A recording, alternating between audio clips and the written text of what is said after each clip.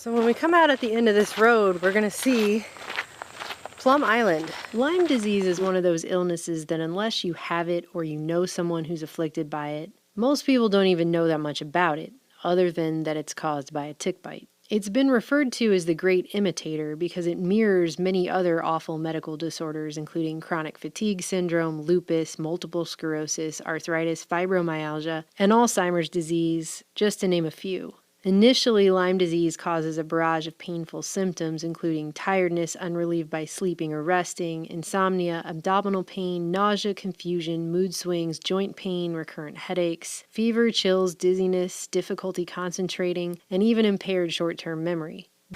All along the sides of this road are some very thick woods and thick brush, and I'm just thinking how much we want to stay in the center of this path, because I'm about sick and tired of weaponized ticks. But ultimately, it can harm organs and systems throughout the body, including the heart, the circulatory, digestive, and reproductive systems, and the brain and nervous system. Despite the fact that many people don't know that much about it, Lyme disease is becoming pretty common these days. According to the CDC, Lyme was the 6th most common nationally notifiable disease in 2015 and the most commonly reported vector-borne illness in the United States, thought to affect some 300,000 people a year in this country. I'm from Missouri. We have a lot of ticks in Missouri, and I grew up in the woods, but it's not anything like you see here. The ticks are rampant.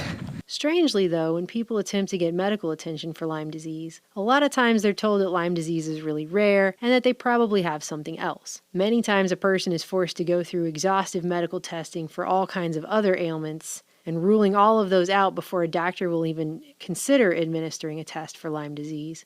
But I'll get to that later. You could walk in there for 2 seconds, step back out here, you'll be covered in ticks. Tiny little ones that are so small you basically need to go over your body for 3 hours with a high-powered flashlight just to even find the things to get them off of yourself. It's a nightmare. There may be a good reason why doctors are hesitant to test their patients for Lyme, even when those patients are fully willing to pay out of pocket for the testing for it, and despite the fact that for some reason in this era of modern medical technology, the test for Lyme is still woefully inaccurate. For the longest time, the government has been implicated in and repeatedly denied any ties to the creation and proliferation of Lyme disease in this country, despite some pretty compelling evidence to the contrary. Lyme disease was not officially recognized or discovered until the mid-70s when there was an outbreak of what doctors originally mistook for juvenile rheumatoid arthritis in several southeastern Connecticut towns, including Lyme and Old Lyme, which is how the disease got its name.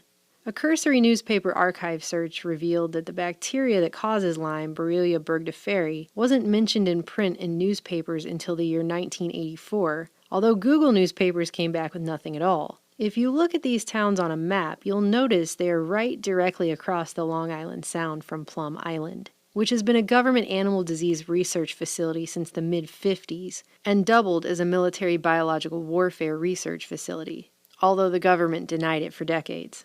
It's less than 9 miles from shore to shore, the way the crow flies.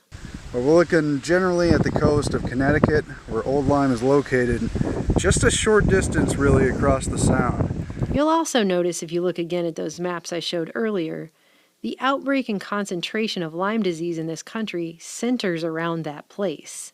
The CDC admits that 95% of cases of Lyme come from just 14 states, the majority of which are located around Plum Island.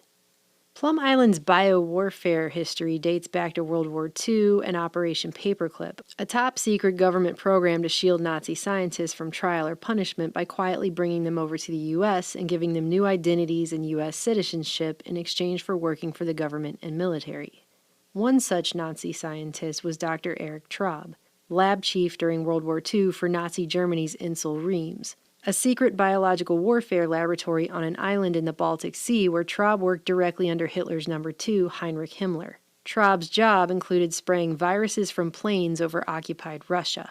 Prior to the war, just by the way, Traub had been involved in Nazi activities in the U.S. at Camp Siegfried on Long Island, just 30 miles from where Plum Island would eventually be located, while he was here on a fellowship studying viruses and bacteria at, of all places, the Rockefeller Institute. Plum Island was specifically named for Cold War biowarfare research alongside Dugway Proving Ground and Fort Detrick back in the early 50s, when the U.S. biowarfare program and clandestine germ warfare trials first began. Eric Traub completed his Operation Paperclip duties working for the American Biological Warfare Program from 1949 to 1953, during which time he consulted with the CIA and scientists at Fort Detrick before returning to West Germany in 1953 to run the country's own Inselrheims-like experimental virus facility in Tübingen with the U.S. government's permission. Not only did USDA officials visit Traub's lab over there, but Traub also briefly worked for the USDA, which oversaw Plum Island, and throughout the 50s he was in regular contact with Plum Island's director, Doc Shahan. He was also at the Plum Island dedication ceremony in 1956 and visited the place at least twice after that in 57 and 58 when Plum Island's lead scientist, Dr. Jacob Traum, retired, and the USDA considered replacing him with who else? Dr. Eric Traub. Seems like they got the location idea for Plum Island from Inselrheims. Can't imagine who gave it to him. In the 1970s, attorney John Loftus was hired by the Office of Special Investigations, a unit set up by the Justice Department to look into Nazi war crimes. He was given a top-secret clearance and allowed access to decades' worth of classified documents. Loftus turned up records of Nazi germ warfare scientists who came into the U.S. and experimented with dropping poison ticks from planes to spread rare diseases. He also specifically mentioned in his book, The Belarus Secret, that he received information that suggested the U.S. tested some of these poison ticks on the Plum Island Artillery Range during the early 1950s when it was called Fort Terry. This story was further validated by attorney Michael Carroll in his book Lab 257.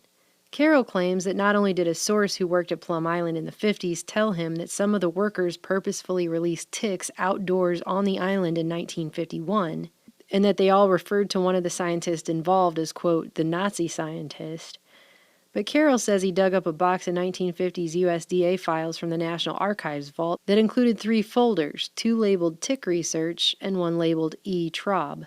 All 3 were empty. Even more damning, in an article in the Journal of Degenerative Diseases, Marjorie Tetchin reported that 60% of chronic Lyme patients are actually co-infected with several strains of mycoplasma, the most common one being Mycoplasma fermentans, which just so happens to be patented by the U.S. Army and Army pathologist Dr. Lowe. Today, the official story touted by government scientists is that the scientific evidence does not support Lyme disease originating on Plum Island.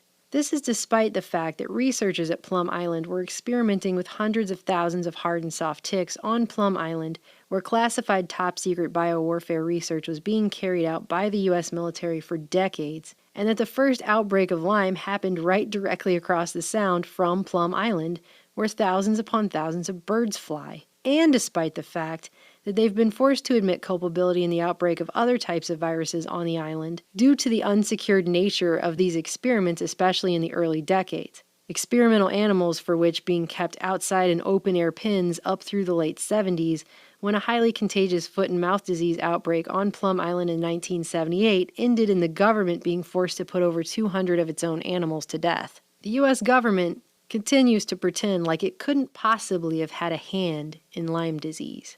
Then again, the U.S. government has repeatedly denied that there was even any biowarfare experimentation going on Plum Island for decades, up until documents proving otherwise were published by Newsday in 1993. Meanwhile, Canada has been complaining in recent years of Lyme disease proliferating there due to migratory birds picking up black-legged ticks when they fly south into the U.S. for the winter and come back up there with them.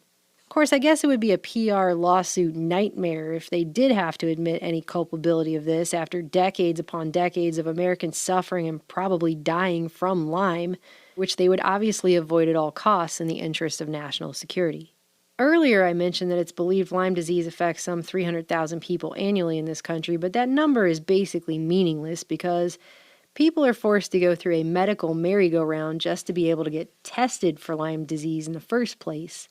And then, as Tetchin points out, many are only treated for it for a month on antibiotics, and according to prestigious Yale University, which has only been implicated in government dirty work for decades with Plum Island right in its own backyard, If the person still has Lyme disease symptoms on the 31st day of antibiotic treatment, they're labeled as having something else, whatever affliction the disease has mimicked in their body. In this way, if they die of something else in the official medical record and in the statistics, not Lyme disease, and they no longer get counted in the Lyme disease statistics.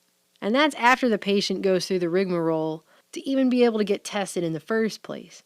My mother went through this when she lived in Missouri and was bitten by a tick and later found the telltale bullseye rash.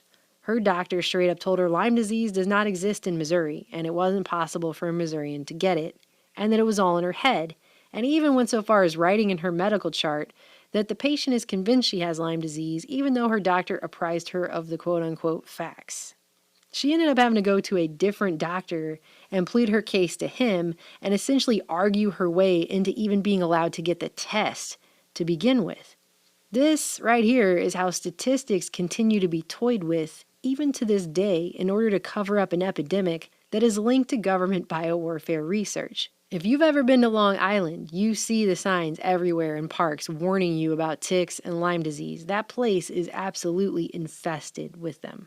Decades of animal disease research and burying the wastes of that research on Plum Island itself has left the entire place an environmental disaster.